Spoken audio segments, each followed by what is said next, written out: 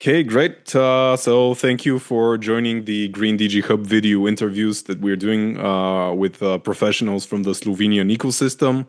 And first of all, I wanted to ask you to introduce yourself to our audience. My name is Živa. I am the co-founder of a cooperative. It's called Buna. Our main activity is coffee, but we like to say that we are doing it a little bit differently since we are showing that coffee industry can be done in a different way, in the sense of being aware of not exploiting either the environment or the producers or any part in the value chain of coffee. That's why we are organized as a cooperative, to make it as democratic as possible and to include everyone, not just the producers and other parts of the value chain, but also our buyers or customers, or however you want to call them. We like to call them friends or people, supporters. I'm also a coordinator of an important award in this part of Europe.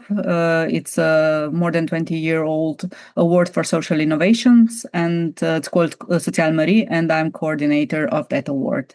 And I do some other stuff as well, but probably let's keep it here for now. Yeah, I'm a very big coffee lover, and I've always heard that this industry, especially, let's say it exploits target groups. Can you explain how this type of social innovation, which you do, helps communities which are involved in this business to not get, how should I say it, to have their rights, let's say? Okay, maybe we are not the ones who are actually making the protection of their rights as possible as Yeah. we could, since we are a very small cooperative, but we are one of the biggest supporters of the fair trade system, of the system that is much bigger than us and started by taking care of the producers. And also the thing that we think that is more our social innovation than the protection of the rights is actually the awareness raising between the consumers, because the point with the coffee is that it's very self-aware. We are never asking where it's coming from, how it's growing, what needs to be done in order for the coffee to come into our cup. We are just very happy that it's everywhere and that it's very cheap. I think this is the commodity that we know the least about, and also the legislation doesn't demand from us to actually speak about the coffee. So what we are doing, we are actually showing that we can talk about these things. We can show you who the producers are, where the coffee is coming from, how they are treated there, that the workers there need to be protected, and then when the coffee comes here, that it needs to be treated in a certain way, and that it can get to you very fresh, and that you are not the, I don't know, 100 or 150th buyer in the value chain, and that the path of coffee stops with you, because you are the one who actually at the end drinks the coffee, and you are the one supporting everything that you don't actually agree with. So we are trying to show that this can be done differently, that we can show you that you can, with the cup of coffee that you drink, you can actually support everything that actually stands also is also in accordance with your values. So. And what was the first thing that like sparked your interest in social entrepreneurship, and how has your idea of social impact developed throughout the years? Yeah, it's actually it was a common communal thing. Actually, it was three of us. We started with lectures about coffee and about fair trade system, because we started to explain how the fair trade system works through on an example of coffee, because coffee was something that people were interested in and they didn't know anything about it.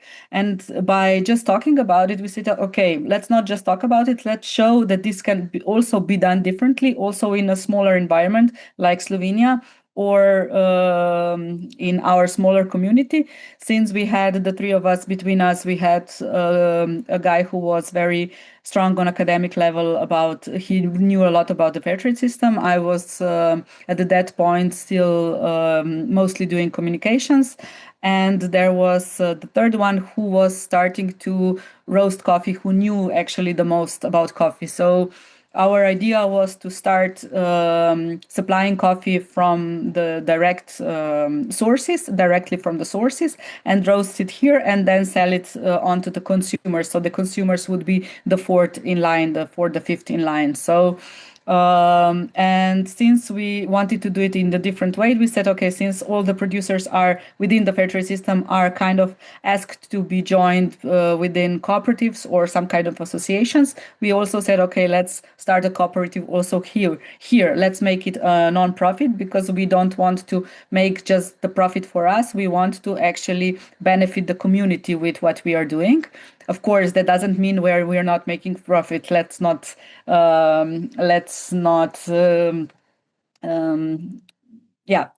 let's be clear about that. If we want to actually be sustainable, we need to make profit, and we are making a cooperative is making profit, but all the profit is invested back into the cooperative in order to give more to the users or to the supporters of the cooperative or the buyers, our buyers. So this was one of the impacts, was actually raising awareness, but others were also on other fronts. One of them, a very strong one, is doing the coffee as zero waste as possible. Within our cooperative works also a coffee shop, and within the coffee shop we only serve products that are either made locally or are sourced through the fair trade system or directly from the producers, like the coffee, right? So our assortment is quite narrow. It's not really wide, but we are showing that there can be a business without including multinationals, and without including a lot of packaging. Our worst packaging, the packages that we use most are actually the milk cartons, because the milk needs to be homogenized if we want to make the proper cappuccino, and we want to give the consumers the very good product. That's also one of our important things. We always said that we can do business socially, or social business, or whatever our values are, but the first thing that we need to take care of is that we serve a really, really, really good product. And our product did get awards. It's served in Michelin stars restaurants and so on. So we have achieved that. On the other hand, also achieved that we have no multinationals in the coffee shop. We are asking people who want to buy our coffee to bring their own containers. We don't serve takeaway coffee and stuff like this, so that we try to minimize the impact on the environment. Since we are asking the same from the producers of coffee, we want to do our part here as well. And on the other hand, what is the collateral damage of that is that people actually get much fresher coffee, because coffee is never packed up front and put on the shelf and waiting there for someone to buy it. When you come, you bring your own container and you get the freshest coffee possible. So that's also one of the collateral consequences of this action. One of the things we also do as a cooperative, we try to offer or help others who are starting their businesses to start them within the cooperative and then hopefully become independent.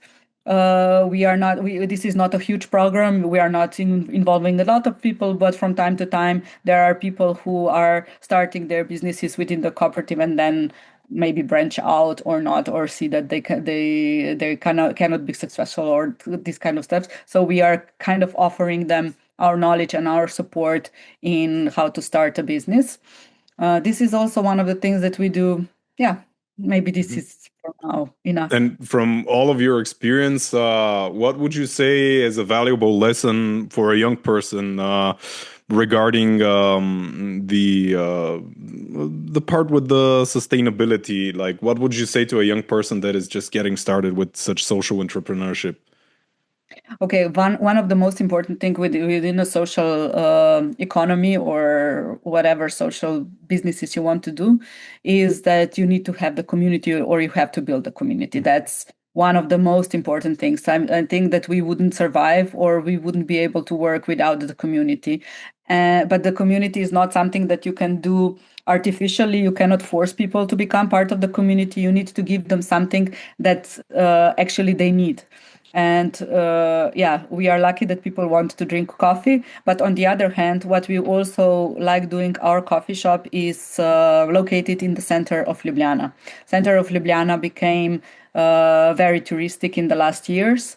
And there are rare spots in the center where locals still like to come. And we are very happy that our place is one of such places. That is why we are actually saying no a lot of times to some trendy things that are happening, because we want to stay there for the locals with the offer that is set up for the locals, and with the prices that are, of course, suitable for locals, that are not we are not overpricing, even though the quality of product is really high and stuff like this. So these are some of the things that we want to do. And what I would also give as an advice to someone starting: do not go too big too fast. Because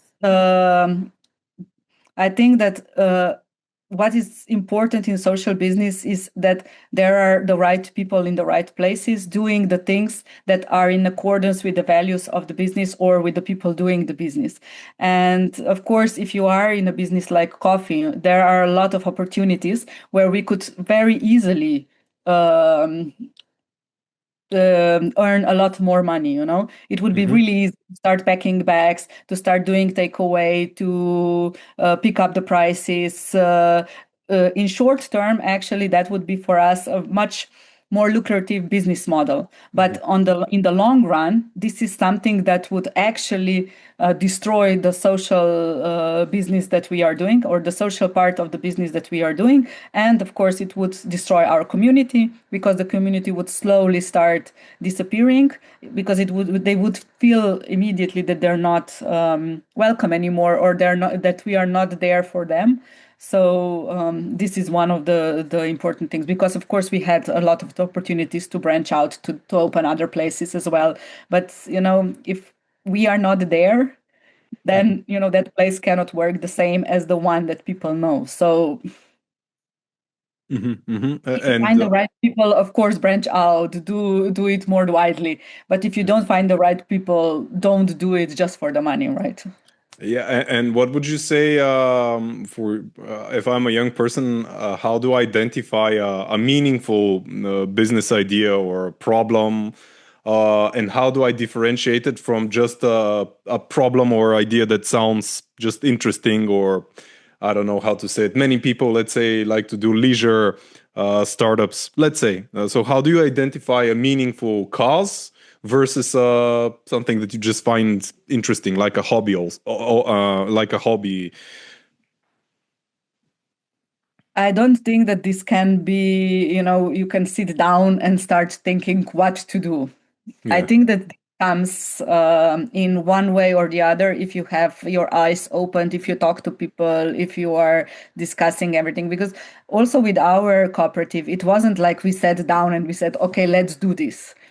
It came through first the lectures, then a lot of talking, then actually it was our idea of buying a roaster. So it became really slowly. We came from, or if you ask us, it was fast, but still, because in 10 years, we've come really far, and we've never expected to be as big as we are today. But on the other hand, but we are not big, don't get me wrong. Still, the turnover of the cooperative and the amount of people, the number of people employed in the cooperative and everything, it's bigger than we ever thought it would be. And probably it will get bigger even with time. But that doesn't matter. What matters, what I wanted to say was, that if you keep your eyes open and if you see the need in the society that needs to be addressed, and if you find a proper way how you can monetize it, or how you can make actually a lucrative business out of it, that's the thing, and that you believe in it, that you know that it's close to you and close to what you want to do. This is something to follow, or to follow up, because if you don't feel the thing that you want to do, sooner or later you'll get bored with it. And with every business is in the beginning, it's interesting, it's amazing, because everything is new and you're starting everything and you're discovering new ways and so on, but at one point it becomes very routine. It becomes a routine, and it has to become a routine. If you want it to be a stable business, it has to at one point become these, things that you just need to do every day or every week or every month in order to go on with it. You cannot always, just innovate and do something new and new and new and new. It has to be something stable and something for the long run. And I think that, this come in our case. It came it came to us very organically. So I don't have the the formula of how to do it. It's just be there, do what you love, start see the needs of the community, start fulfilling them, and then keep on going. So that's important, the persistence of it, not to give up at the first obstacles, or at the third obstacle or fifth obstacle. And if you believe in it, you can go on. If you don't, then the obstacles will stop you for sure. And this final words in that regard, what would you say to a young person who's wondering if he should go in the corporate world, in the public sector, or if he should become an entrepreneur, and more specifically a social entrepreneur? Wow. Yeah. I've been almost all that, so I can speak from experience.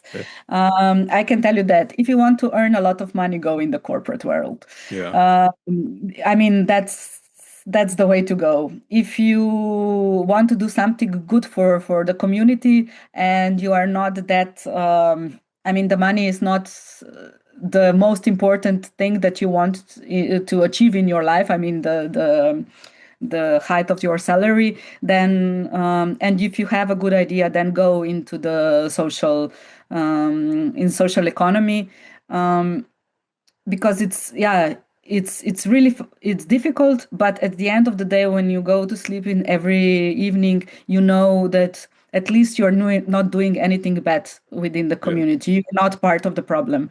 And that's a really, really good feeling. But on the other side, when you look at your account, you don't see the numbers that you would want when you are, I don't know, finishing your university or something, usually. Because the money that you make it's not all for you, but it's for the community as well. I mean, I'm not saying that we are sharing a lot, we are earning, I don't know, 100 euros and every 50 euros goes back to the community. We don't do that, because that's actually stupid. Since we are not doing anything that would harm the community, why would we split that? But that's why we can keep our margins lower, because we know that we want to do something good for the community.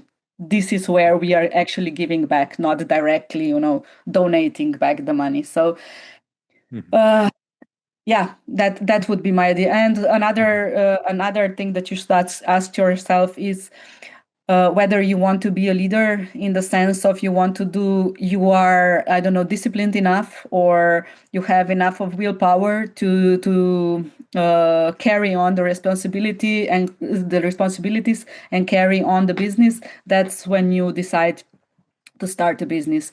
If you prefer getting your tasks by someone else, fulfilling the tasks, and at the end of the day saying, I've done my job, then please do not become an entrepreneur, because you will be miserable. Very, very inspiring. So to sum it up, it's more fulfilling to go down the entrepreneur social role than, let's say, the corporate world. It really depends on the person, but as a general statement, let's say. I mean, that's good for me, but there are people who cannot be happy if they don't earn a certain amount of money. Yeah. And if they need to do that, then it's entrepreneurial way path is much harder to do that, or you really could have to compromise a lot of values. Yeah. But yes, it really depends on a person. absolutely. Yes. Well, our aim with this project is for people who have no idea what they're doing in their life. They're in the beginning of their professional career, to give them this perspective that there are other things as well. Because as we know, corporations, they do a lot of advertising in universities, and they're big household names. So many young people just automatically just go in that path. And our goal is to make them think that there are other routes as well. So thank you for having this conversation. We're going to upload this conversation in YouTube and Spotify, and we'll be very happy if you share it on your social media, your network. So it was very pleasant having you on this podcast. Thank you for the questions and the opportunity. And please send me the links, and I will be happy to share them. Of course. Thank you very much. Thank you. I hope to see you also in Slovenia someday. Hopefully. Yes. Thank you. Bye bye. See you soon.